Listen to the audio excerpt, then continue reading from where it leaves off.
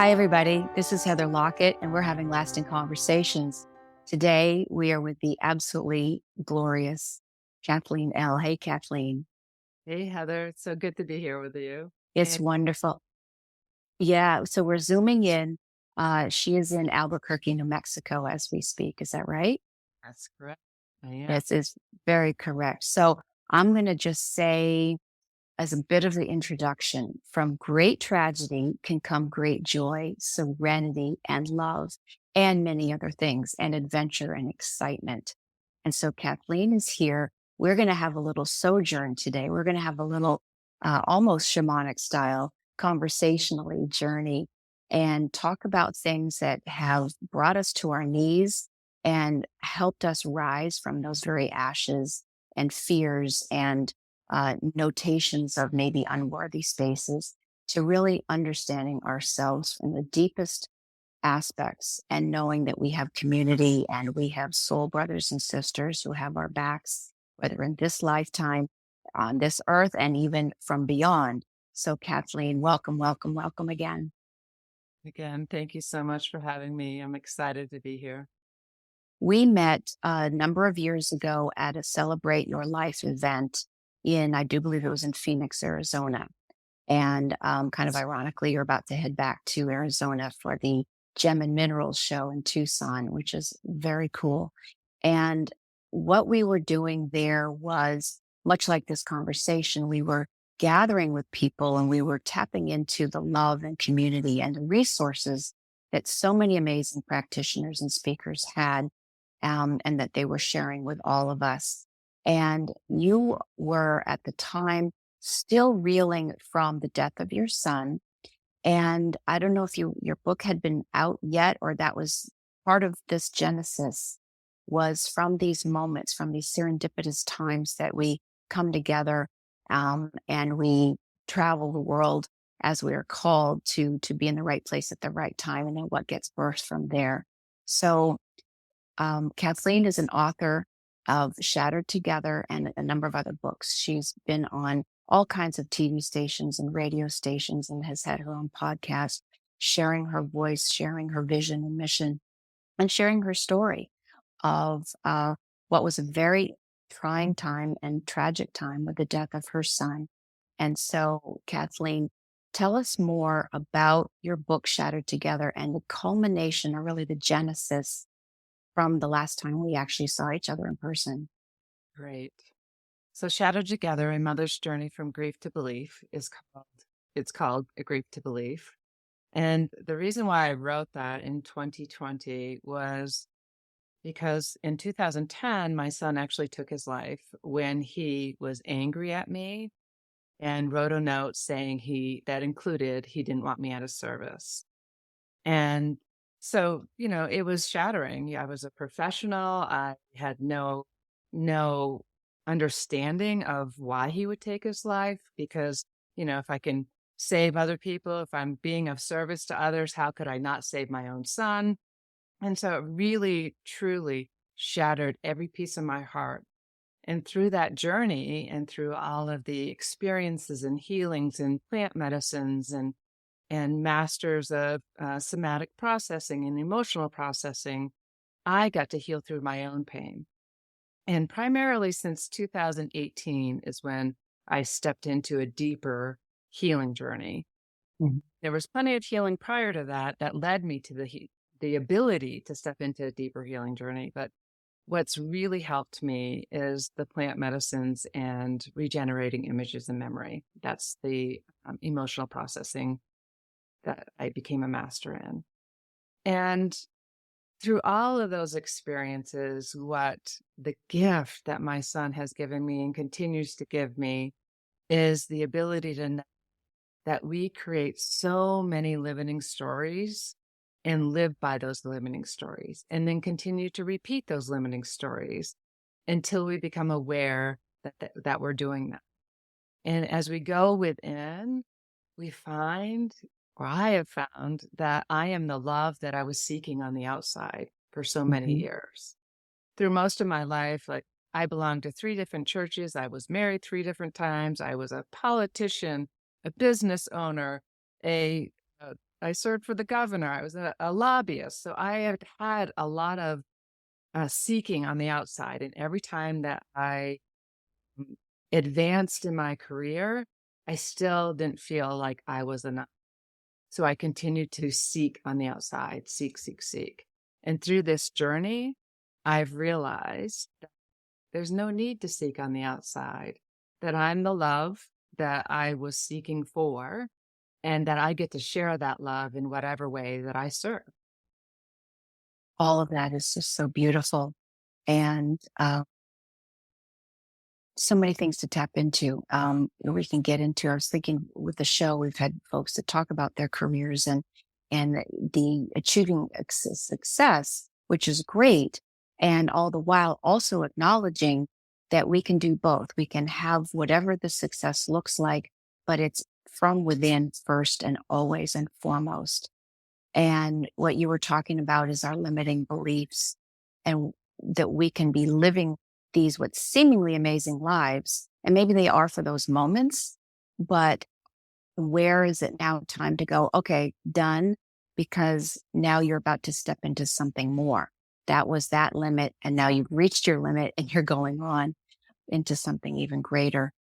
Um, so tabling the career part for just a second, how old was your son when he had that moment? He was And you 19. both had, he was 19 at that moment. And when, so in those moments, which is absolutely shattering, where, and I'm sure, and you work with moms, you work with parents who have had a million of those moments. And this is part of your work right now is when we take on that burden of the woulda, coulda, shoulda, and didn't I see it coming? And in the God forbid something happens in a quote angry moment. Tell us about those facets of this journey. Well, it's interesting as you're talking, what I realize is that the limiting stories that I had been telling myself up until the point my son took his life exasperated. They got bigger Mhm, as, you know, he struggled throughout his teenage years, and not once would I have thought he would have really completed suicide. However, he did attempt suicide at 16. And, I did everything that I could, and still in my mind, I thought it wasn't enough. And mhm, so when he did take his life, I totally turned everything, all of his actions back into me. I would mhm, have, I could have, I should have. I didn't. How could this happen? And the fact is, we have zero control over what anybody else does in their life. mhm, We only have control over what we do. And as we step into that judgment of self, we realize that judgment started long before our soul even came here. Now, when my soul came here, my mom was pregnant for me and she lost her only son. So I took on her grief within her womb. Um, and then when I came out, as much as she loves me and adores me and would do anything for me, she really wanted her son back. So the story I created, even as a 1 minute old child, was mhm, I'm not worthy to be here. I'm not lovable. I'm discardable. And I could go on more about when my birth father shot at us as kids, or, abusive alcoholism, or, sexual abuse, or whatever it is. Between 0 and 8 years old is how we start to develop our beliefs about ourselves. So any experience we have and the stories we create around those experience as a child, we continue to repeat those patterns until we don't, until we become aware that those are really untruths. And it's the emotion stuck in our bodies and our minds that causes us to continue to repeat the patterns, even though we read self-help books, we go to, spiritual leaders, we do different things until we actually can embody it in our body, we mhm. continue to repeat the pattern. So it's really about becoming aware that there's a limiting story that's been created around any experience, and then actually redeveloping or recreating a new story within our body. And it can be simple after a while. And as you step into it, it can be challenging as well.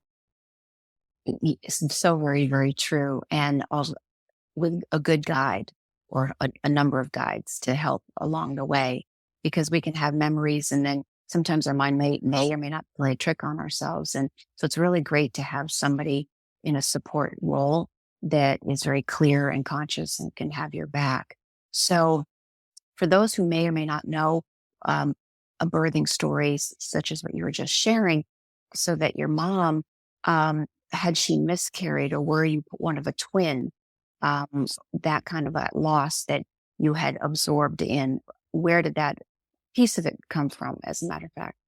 So, my brother was 9 months old, I believe, which is a little Ah, bit years, in the yeah. months for Sid. So he died sudden, you know, Okay.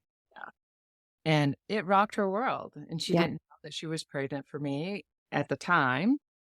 Um, and she took medication to keep her calm. It just I hold no blame or shame anymore or Of course resent. not. And Yeah. for years, I didn't know why, but I resented my mom for years. She stayed with the abusive father for, and I don't even like to label him that now, Right. Right. there's just like, they do the best they can. We all do the best we can with what we know and with all the love in our heart that we know. And so I really do believe I was born to my parents because it was my purpose to.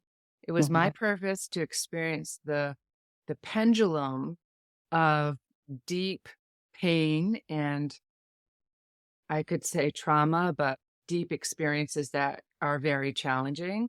So where I could recreate stories around that so I could be the person that I am today that can hold sacred space to help guide people through their own journey. And I always like to say that I am not your healer. I'm not your healer. I Right. am in a safe space so where you can explore finding your own power within. So I really like to hand it back over to the individual for them to realize that they have the power within them to do anything just like I do or you do. And so the trauma is generational as well. My mom, so in an ayahuasca ceremony, if I may, like one of the ceremonies I realized is that my grandma lost her only son, my mom lost her only son, and I lost my only son. There's three generations. Wow. Wow. Okay, now we're at some of the goosebumps part of the show. Yeah. We Right. get to tears and goosebumps many, many times. So that's very powerful, Kathleen. And I could feel my whole body had chills as well. So Yeah. it is beautiful. And in the ceremony, because I had done so much healing already through my own journey of Logan living in the spirit world, Right. I was able to literally go back and feel the sorrow and the deep pain and the judgment and the shame my mom held, my grandma held. And so those are generational strings Right. that ended up in my body in addition to my own pain and trauma. And so in that ceremony, I was able to see them with more compassion and experience what Mhm. they were holding in their body. And not only was I able to experience that with the love of the Icaros and the shamans and guides that came in, that I didn't have to do it alone. That's Mhm. the other thing, is that we're never alone. That I've Right. realized, as much as I thought I was always alone, I'm never alone. We're never alone. With their support, I was able to help transmute my mom's pain, my grandma's pain. So where I ended that generational trauma. So my daughter now doesn't have to fear the loss of her only son if she has a son or when she has a son. Right. Oh, I love everything about that and these trauma lines. And very briefly, I had a moment not that long ago, or maybe a couple of years ago, that something had come into my awareness that I recognized. Um, that and I banged on the fridge, and I think we had a bunch of family pictures on the fridge, and I said, "This is it. I am not passing any of this down to you knowingly." Now everybody has their own journey, but to your point, I was very specifically recognizing some traits and come froms in these generational pools that I said, I am not going to pass this on. This is my piece. I'm taking ownership of my piece right now. So a lot of people actually don't even, including me, and I'm sure you, Hmm. well, Heather's, we don't even realize why we choose what we choose sometimes. We have no idea. It is so almost freakishly ingrained and within us. And to for me, I keep learning to let myself off the hook. We didn't know. We don't know what we don't know. We really don't. And whether that's even if there's physical issues going on or, family construct or you're just oil and water with somebody, there are so many things that can be playing through that we have no idea and that's okay. Yeah. Yeah. And what is also beautiful about that, you go 7 generations back and Right. generations forward. That's right. So Sunday, my daughter went to a sound healing um, workshop, and she came back and she shared with me that she transmuted some sexual energy that she was holding on to. And then this past, yes, Tuesday, I had a nightmare that rocked me to my core. And it was about rape and sexual trauma. And, it wasn't just myself, but it was with people I've had friction with in the past that I had no idea that I'd had friction with. And it was a former boyfriend there. And long story short, I ended up doing a shamanic journey with a friend of mine. And I realized in that moment that this was a past life experience that I was carrying over into this life. Hmm. And the trauma, the story I had created, the codes that I had created in that lifetime, I carried that forward lifetime after lifetime after lifetime. And at the end, it ended up being that I was pregnant with the chief's daughter, which was ultimately my daughter.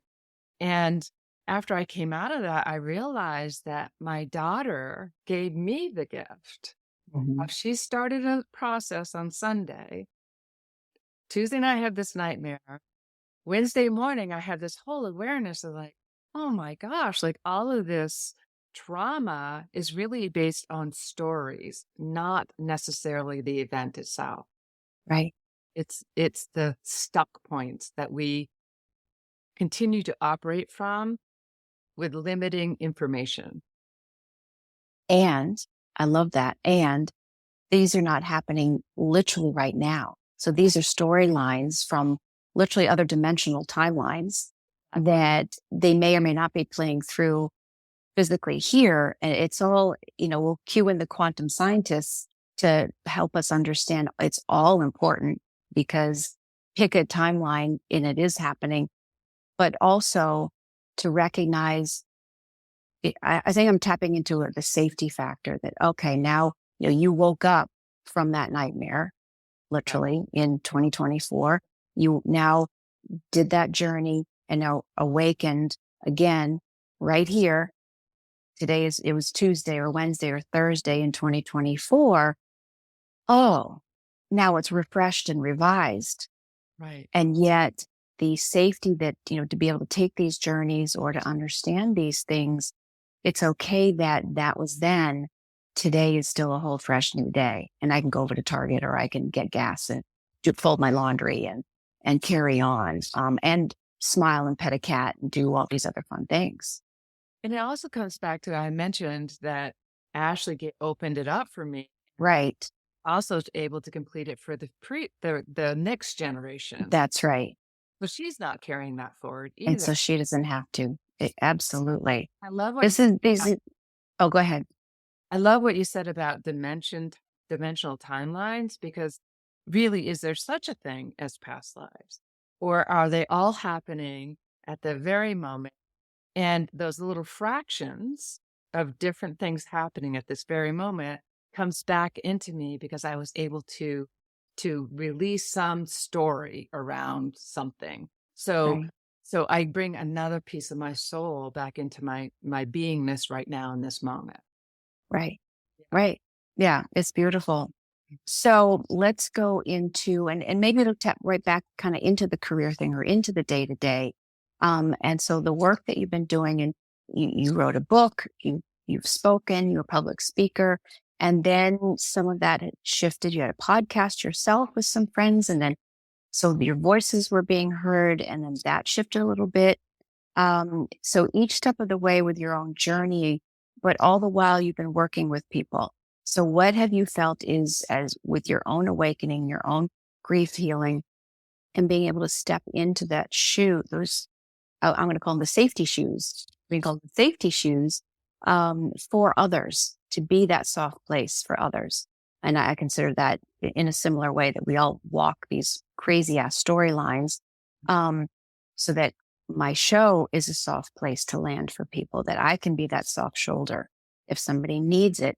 No longer I'm a fixer in recovery. So I'm no longer that I will let me help you to my own detriment. That's a whole different story. I'll come to one of your shaman experiences to continue that one.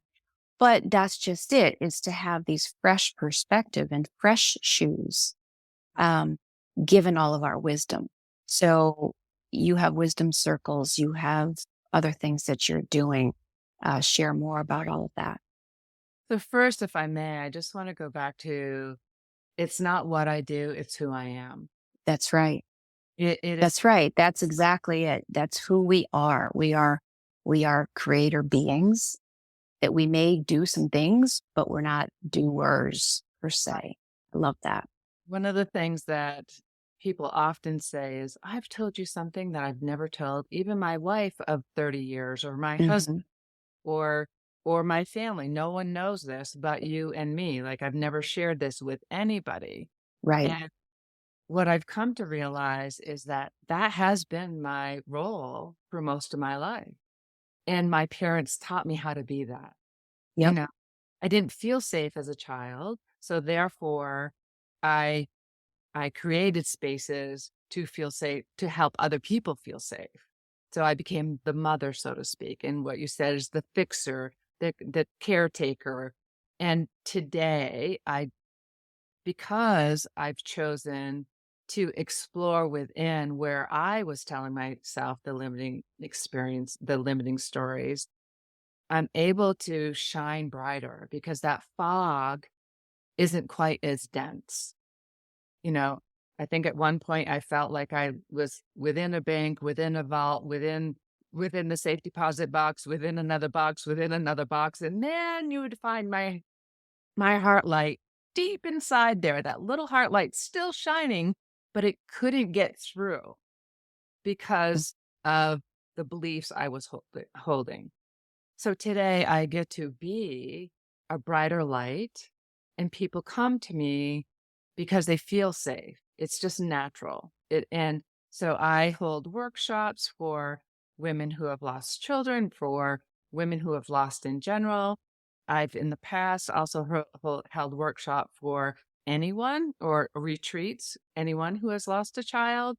And I still will work with men. It's just that the as we're told, the avatar that we're meant to work with. And so I'm really open right now. I feel like I am following my guidance.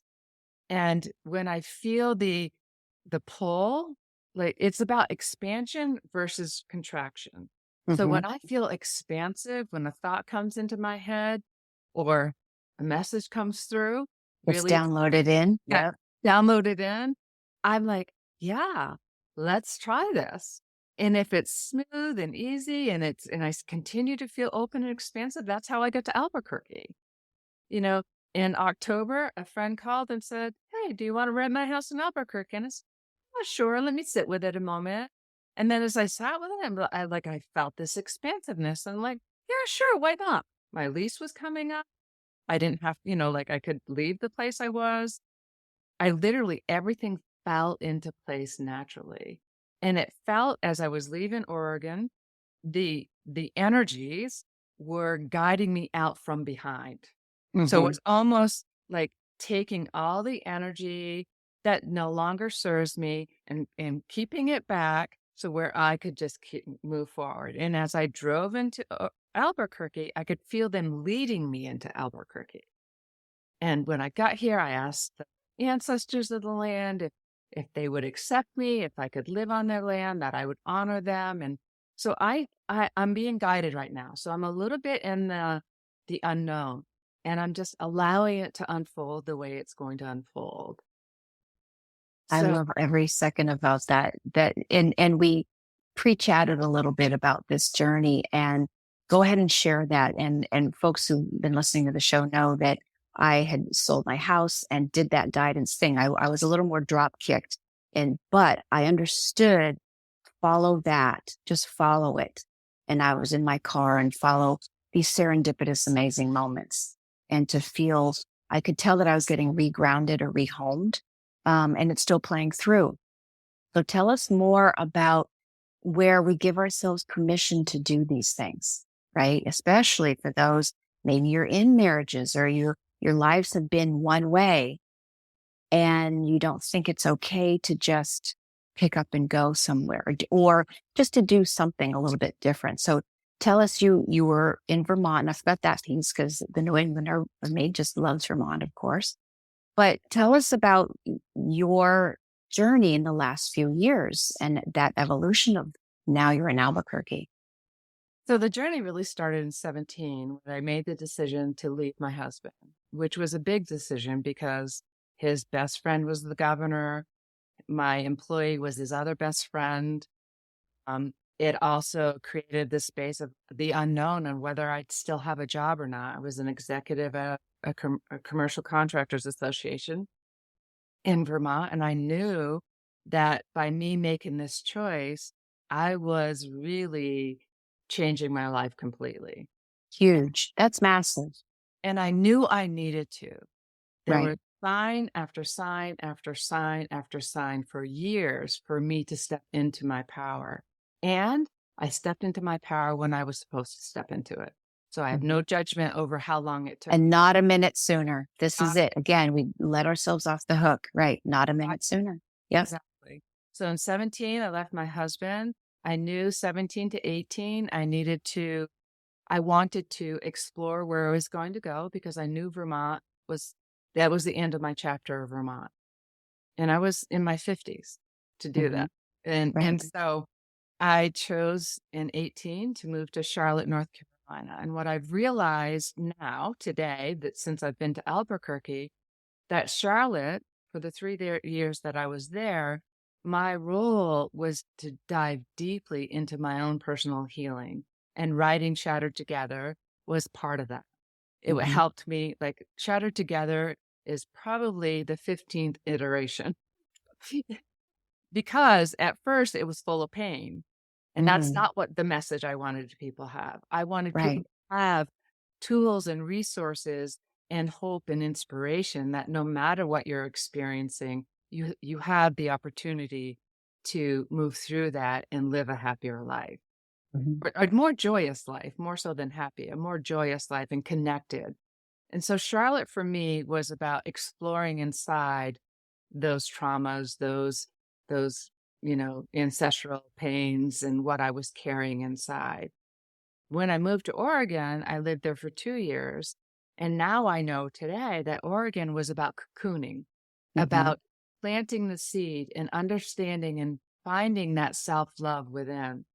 I did a journey with Bufo, several journeys actually, and one of the questions I asked is, I wanna know what love feels like, because I truly thought that I knew what love was, and yeah, I didn't feel that love. I didn't feel me receiving that love. And through that experience, it was like, "Oh my gosh, I am so much loved." Like, we're so insignificant, but so significant at the Hmm. same time that every thought, every word, every interaction I have matters because it shifts the energy in one way or another for the universe because we're all tied together. We're all one. This chair, this desk, this computer, the air, persons, whatever we are, we're all connected. It's all energy. And so in Oregon, it was about planting that seed and nurturing myself and loving myself and understanding what loving myself really meant and Hmm. exploring that. And some teachings were really difficult. They were really hard. And as I went through some of those difficult experiences, I was like, oh, yeah, that's where I was judging myself again. That's where I wasn't loving myself. That's where I was trying to prove to someone I was worthy to be sitting at that table, you know? Mhm. And so it was the realization that the suffering really comes from within.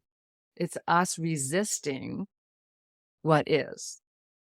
And so in Oregon was about nurturing myself. And on the way here to Albuquerque, I've only been here a couple of months, not even yet. And I know that here is about the flower blooming. It's about expanding and opening and sharing that in the world. I've Mhm. already connected with more people here in less than 6 weeks than what I did for the full 2 years in Oregon. And that's okay. No judgment. It's just, I know it's the journey I'm on. Right. And I get excited about, or am curious more so than excited, curious about what's being presented. The Mhm. other night, I was working at this clothing store. Like I took a part-time job at a clothing store because I love clothes. I love to make people, dress people so they feel better when they walk out of the store. Their energy changes. And Mhm. so I took a part-time job just so I could get to know the community and I could share my light no matter where I am. And a customer came in and she was playing at a local brewery and she goes, "Why don't you come by?" And maybe I will, which is not a place where I normally do go, but she offered and it felt expansive, so I took it. So before I left, it was like 7 o'clock at night. Yes, I know that's early. Yet at 7 o'clock at night, I was like, I'd love to just put my pajamas on and just curl up. Yes. And Yes. I knew that was the ego. Right. I was going somewhere that was unfamiliar in a place that I don't normally go. And so I'm like, okay, I know I'm being guided, so I'm just going to go. So as I pull up to the brewery, a car pulls out of a parking spot, literally right in front of the brewery. I pull in, and the car in front of me has a license plate that includes 33. Now, 33 is my son's sports number. And that's one of the numbers that often shows up when I'm in the right place. And so I'm like, oh, this is great. And I was absolutely in the right place Right. for a number of reasons. I don't need to go into that story, but it's just, it's trusting the instinct. And I think one of the things that I really would love people to explore within is to feel how you feel inside when before you make the choice to do it, Mhm. whether it's to stay with a husband or to not, whether it's to go to dinner or not. Feel inside. If you feel expansive, step through the fear because the fear is what holds us back. And the fear is created from the untruths that we've told ourselves somewhere, sometime within our lifetime or lifetimes, or what you're carrying from your ancestors. Wow. Wow. And I love the kismet, those little winks from the universe. And occasionally I'll get little signs like that and say, okay, y'all are just showing off now. It's really funny.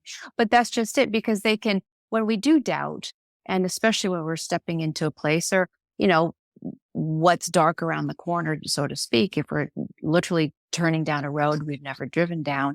So we, like you were saying earlier, we're never alone. Um, so to have those types of winks in the form of the numbers or a little sign or a flower, whatever it might be, to remind us, oh, okay, you did take the right turn, or you're on the right path, or something really cool is about to happen. You wait till you see what's about to happen. Stories that I really wanted to share, if I may. Yeah. Yeah. Uh, One, both are fairly quick, but Logan's birthday was on January 7th, and that was my son. That is my son's name, or that's his human name. Yeah. Um, and I went to a local social hour here in the community that I live in, and a number of women were going to go to a drag show on Logan's birthday. This is the Friday night, and his birthday was on a Sunday. And I'm like, oh my gosh, I knew, like, I felt my whole body open up, like, I've got to go. And so I decided to go. So that morning on Logan's birthday, I was like, okay, Logan, I know you're guiding me there. So please be very clear on why I'm there. I'm there, the queen dragon. I could be saying that wrong. So please forgive me if I am. Um, Said, whose birthday is it today? And so I raise my hand, I go up and I tell him it's really my deceased son's birthday, but he would really love this. At the end, I go up and just say, thank you so much for letting me come up, and share the story. And he asked about how he died and what have you. And he goes, you are my hope and my inspiration. Because last night my father-in-law took his life. And today's show was really hard, and you gave me strength to get through it. That's why I was there. Those are the little wings. And so even if they're good feeling stories or something that could have happened challenging, like on my way to Albuquerque, my car was broken into, shattered four windows. They pulled my clothes out and threw it all over. Thankfully, the security guard was there. Logan's ashes were in there. My passport was in the car. All my office, like a lot of stuff was in there. Your house on wheels. Now, I Yeah. could have been in a space of like irritation with the security guard for it even happening. I could have been angry about the process. Instead, I was like, this isn't ideal. And fortunately, the security guard is safe because they were going to attack him with hammers. Oh, He didn't get hurt. He stopped them from taking what was really important to me, something that hmm, I was attached to, which is my son's ashes, which was more information. And my my driver's side window wasn't touched, nor was the windshield. So all I needed to do is put a little duct tape on Black Beauty and keep on driving. And so I counted my blessings for all that didn't occur. right. How lucky that we were that the universe had the security guard there. So my point of telling both those stories are, one could have been really challenging, the other is fun. And no Hmm, matter what, we get to decide what energy we're in. Now, that doesn't right, mean masking the emotions. That means feeling all of the emotion. right. That's really what I teach people. It's like the more you push away your emotions, the more they control you. So let me Absolutely. Yeah, the space of where you can explore those emotions in a safe and supported way. absolutely. So those are two really outstanding storylines, um, and again, the right place at the right time, because we just never know whose life we're about to touch, including our own. And then exponentially. So we're saying what energy are we bringing, or where is it that the proverbial hug and a handshake, that could be the best medicine for someone that you have no idea that they need that in that moment. That's But how it could literally save a life. yeah, Again, not even fixing and healing, but seriously, right. that smile, that connection, that message, that hug or a handshake that when someone is seen in that nanosecond could literally change everything.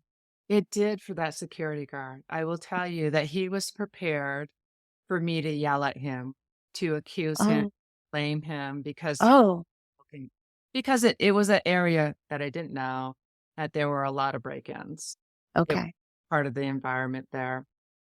And I wouldn't have expected it. It was like at a Marriott. So, I wouldn't have expected that would have happened. However, Right.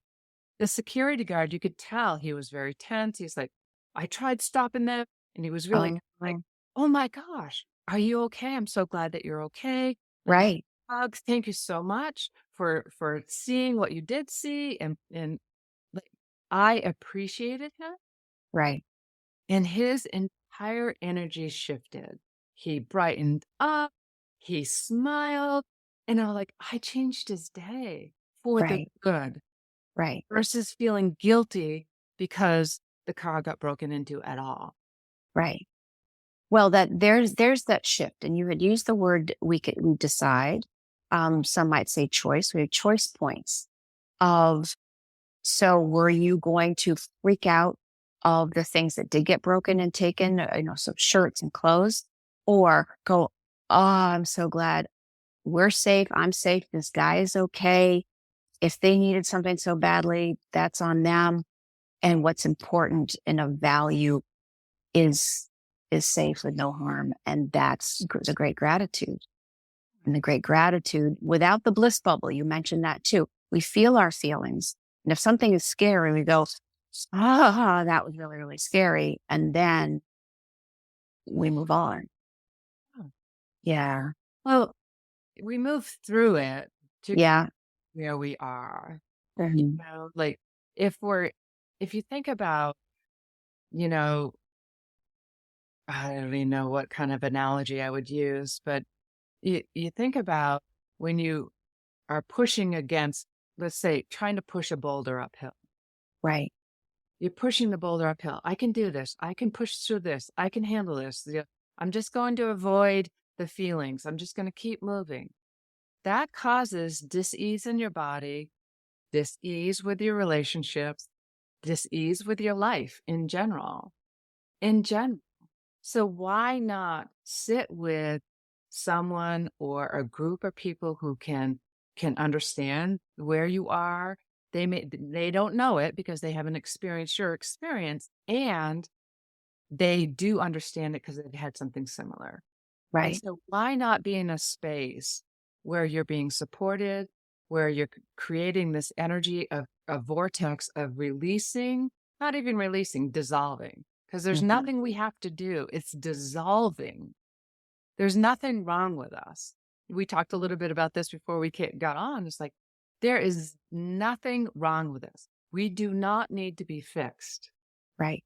What we get to do is to be curious why we're feeling the way we're feeling and go deeper into it instead of avoiding it and or masking it or whatever else we want to say. So true. So very, very true. And one of the things that I was going to ask is, as you have worked with number of people, and you were mentioning about your support system, do you find that you maybe we have different support systems? So you could have family and your neighborhood friends or your neighbors, and then and do get their perspective when you're asking for help. And then when is it actually good to step out and have third party or have people with other perspectives? Because maybe, um, family members, they're coming from maybe too much baggage, if you will. Uh, so walk us through some of that of where is a good, fresh set of eyes, great perspective, where people would have your back in ways that you would not have necessarily expected. So everything is feedback. Hmm. Every experience is feedback. Right. Along my journey, there have been friends and family members who have dropped away because the way I have needed them to show up, they're just not able to for whatever reason. It's not about you, it's about them. Mhm. And when you're projecting onto them that they need to show up a certain way, you're also judging them. You're judging yourself. And so it's really not about someone else's perspective. It's about a space that feels safe to you, Mhm. that you can express whatever needs to be expressed with the willingness to be guided through that. And so that's what I feel like you're talking about, Heather. And maybe I'm not understanding your question No, no, personally. that's perfectly true. It's all perfectly true. What I think where I was thinking is we're tapping into the same thing. It is sometimes um, we think our besties, Yes. they are our besties until they can't, because maybe they haven't walked these particular shoes, or they have different needs, or they've seen us only in a certain light and not in a different possibility. Got it. So yeah. So when I first started along this journey, when Logan actually took his life, the people who showed up out of nowhere, like I would not have expected them to show up. Hmm. People who didn't show up, and I was angry and I really felt resentful to them for not showing up. Like, how could you not show up? You're one of my best friends, or you're in my family. How could you not be here to support me? Right. Or it could be my own story. I was dating a wonderful man and had been for 5 years. He lived 3 hours from me and very close to Logan and Ashley. And through the through the immediacy, he was the one that kept me sane. Mhm. Through planning the service, through flying to South Carolina from Vermont to pick up my son's ashes to go. Like, it was intense. And then after that, he never showed me a tear. There were, like, for me, I was projecting onto him, like, listen, why are you not crying? Why are you not here with me in the depths of this pain? But what he was doing later on, we ended the relationship not in a healthy way, mind you. I ended the relationship not in a healthy way. But what came from my healing journey was the realization that he could show up the way he was, and he was showing up the way he thought I needed. He Right. was the strength. He couldn't cry in front of me. I could cry. He could try to talk me out of that. Like, and he was doing the best he could with what he knew because I didn't express to him what I needed. Right. And so he couldn't give me what I needed because that's not what he knew. So Right. the importance here is to ask for what you need. Right. If they can't show up for you in that way, then it's worth more exploring on how they do show up. Right. So it's really not about pointing fingers to someone else. It's about Right. expressing what you need in a healthy way. And again, that's what I teach. That's part of what I teach. So it's coaching and um, emotional processing or exploring, emotional exploring more so than processing. Um, And so today we're best friends. He actually drove me across the country from Charlotte, North Carolina to Oregon. We're really good friends because we had the conversation later about what I needed versus what he was experiencing. And it was a healthy conversation, and there was no blame, and there's deep love for each other as friends. And so that's all you can ask for. I That's hope I really all you answered can. your question. No, it's beautiful because within the whole vignette covers so much of what we were both kind of tapping into. And sometimes it's what do we need in a moment that, and this is just me saying, well, someone needs that clear head. Like, and I can be that. I can make a phone call and I can make sure someone gets on a plane. And it's very, there is such a thing as business at hand, which is different than the tsunami of emotions, period. And then what are the love languages, right? We can get into that whole conversation where each of us needs, we have these internal necessities that will spark us. If it's something verbal or a touch or don't abandon or personal time, whatever the 4 and 5 love languages are, that then can get addressed. But if we don't know how to speak that to say, this is what I need in this moment, um, that I think can be in these scenarios can be literally Herculean because sometimes we are literally out of body and shattered. So we don't even have to think that far. It's just nothing but an oh shit, now what scenario.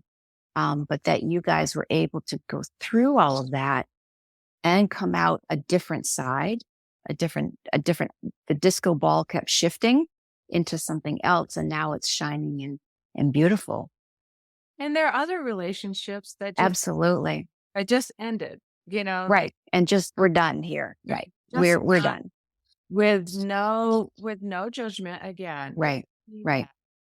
And the one thing that I really would encourage anybody who is going through any kind of loss whatsoever Yeah. is to explore multiple ways because not one way is the correct way. It Absolutely. works for you.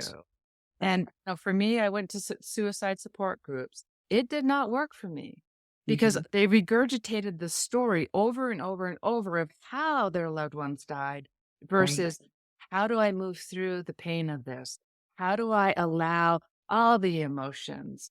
And it's finding the right guide along your Mhm. way in that moment. I have had Right. many, many teachers, and I love every single one of them, from Colette Baron Reed to Greg Braden to Joe Dispenza to Dr. Deb Andela to Jack Canfield to like it's on and on and on. Right. And as I felt like I moved as far as I could with each of them, when I became like, okay, I know this. Yes, I know this. Yes, you've taught me that. Yes, you've Graduate level, you graduate. exactly.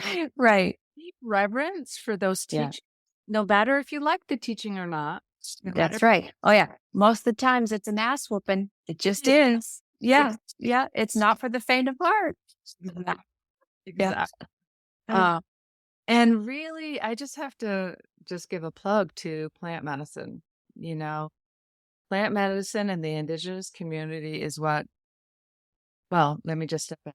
Regenerating images, RIM, and going through that master level of processing and finding your emotions helped me get to the plant medicines. And plant medicines was a much faster way. It like cracked me open for me to be able to say, "Oh, that's a story." You know, that that's a, and then and then integration thereafter. You don't just go and do a plants and medicine ceremony and think your life yeah. is going to change because it's not. Right. It, there has to be integration thereafter. So finding, and I think I know what you're getting to, Heather, is finding the right guide for you is important because we're never alone. As much as you think you're alone and no one understands you, I promise you, people understand you. I I promise. love that you heard me. Like you could just hear me about to say, yeah, but don't get stuck because there are yahoos out there and they just want to trip out and it Oh, can yeah, actually be quite dangerous. This is not what you're talking about. It's, absolutely. it's literally serious work that you have to be guided and reintegrated back into body, mind, soul, spirit on this earth. And, It's very vital. and Yeah. work with a taita or a shaman that you feel expansive with, you feel Hmm. safe with, because if there's Right.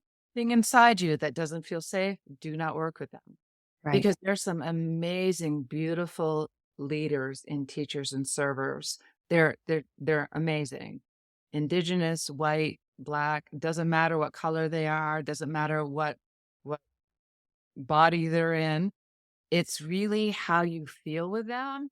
Right. Because if you have this like, "Ooh, I'm not feeling very safe," don't do it with them. Don't do it. Don't sit with them Right. because it it will not serve you to your highest and best. Right. Now, if you have, don't judge yourself either. It's done. It's in the past. Move on, move Right. forward, you move through it. Talk with someone that you do feel will be there to guide you and be a light to help brighten your own light. You know, Right.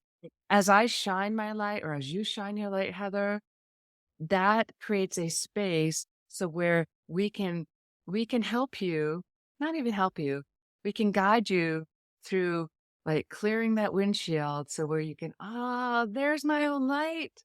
I have the power all this time and I've given my power away to this healer that that tells me what's happening in my body. I'm not so sure that, I mean, like it's really about, okay, what is happening in your body? I'm Right. intuitively sensing this is it. Does that resonate with you? That's how I work. Is like, Yeah. No, that's amazing. No, that's perfect. And in some ways it does go back to I hate to keep saying the safety level, but where it is a nurturing space, because we don't need anybody re-traumatized. We don't need anybody stuck out somewhere they don't know how to get out of. And especially people travel to places and then they get back home and they're not integrated. So if you go to one of these far off places and then come back, make sure you have your support system here to help integrate and to keep working it through. Yeah, which sounds like this is a lot of your work. it absolutely is really about Yeah. integration and expansion for me. Right.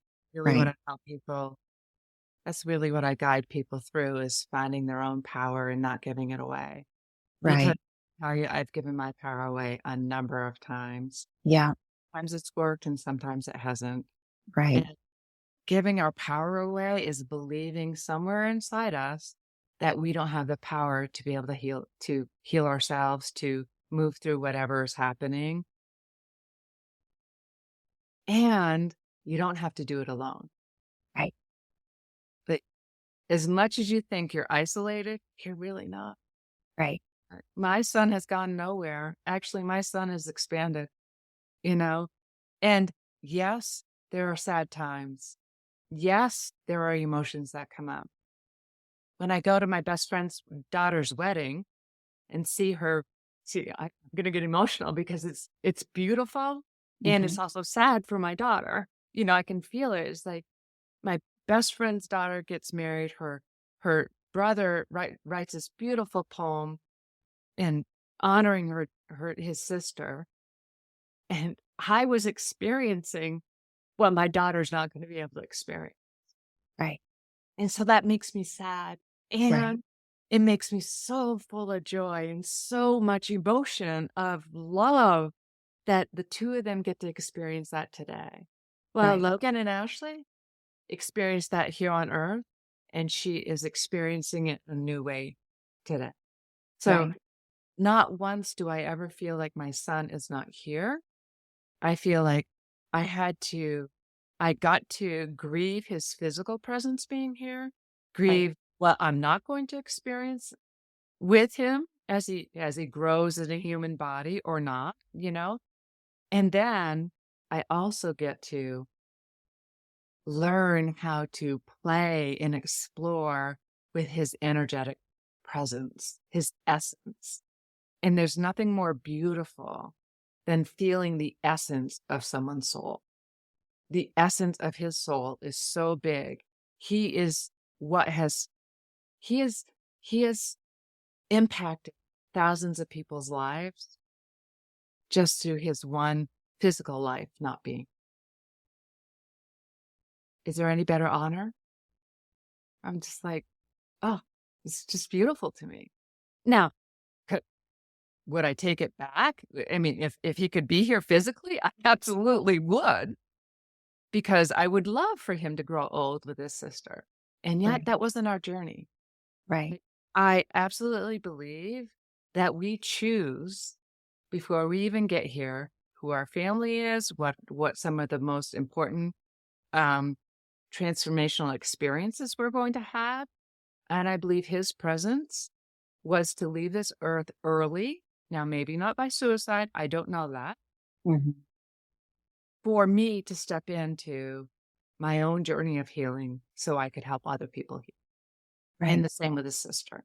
I was going to say, and same with his sister, to be those shoes Yeah, for somebody else. exactly. Yeah. Yeah. Oh, Kathleen, this is just so, so beautiful. I know we could keep going for the longest time, but is there any last nugget that you would like to share? And of course, where can people find you? Um, the most important thing is to remember you're not alone Right. and to bring yourself back to the moment. Living too far in the past is only going to cause depression, and Mhm. living too far into the future with where you're feeling right now is only cause anxiety because you're projecting that you're going to never feel any better. And that's simply not true. So That bring is a huge point. We got to let that land. Right. And I'm going to paraphrase, but if you just said by projecting to a future that may or may not be even happening, you're shortcutting yourself. Right. And so when you feel yourself regressing back into the judgment or projecting into the future of oh my God, I can't live like this, Mhm. back to your breath. Do the four squared breath. Follow your breath, focus on your breath, breathe into the count of four, hold it to the count of four, release to the count of four, and hold it to the count of four. And do that until you can feel your body calming. Feel that body calming. Focus on something that you can be truly appreciative and grateful for in this very moment. Let that go into your body.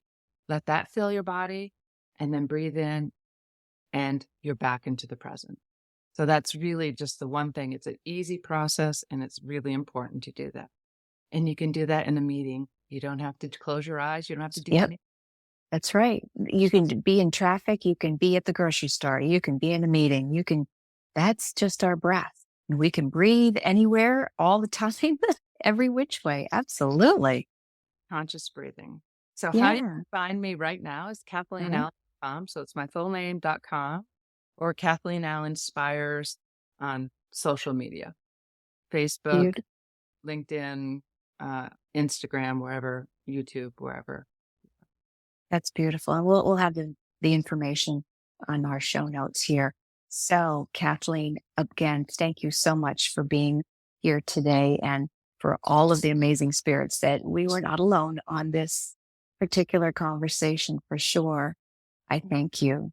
Thank you, Heather, for the opportunity to share the love with you, to expand our love together for others who are going to be touched by this show. So thank you.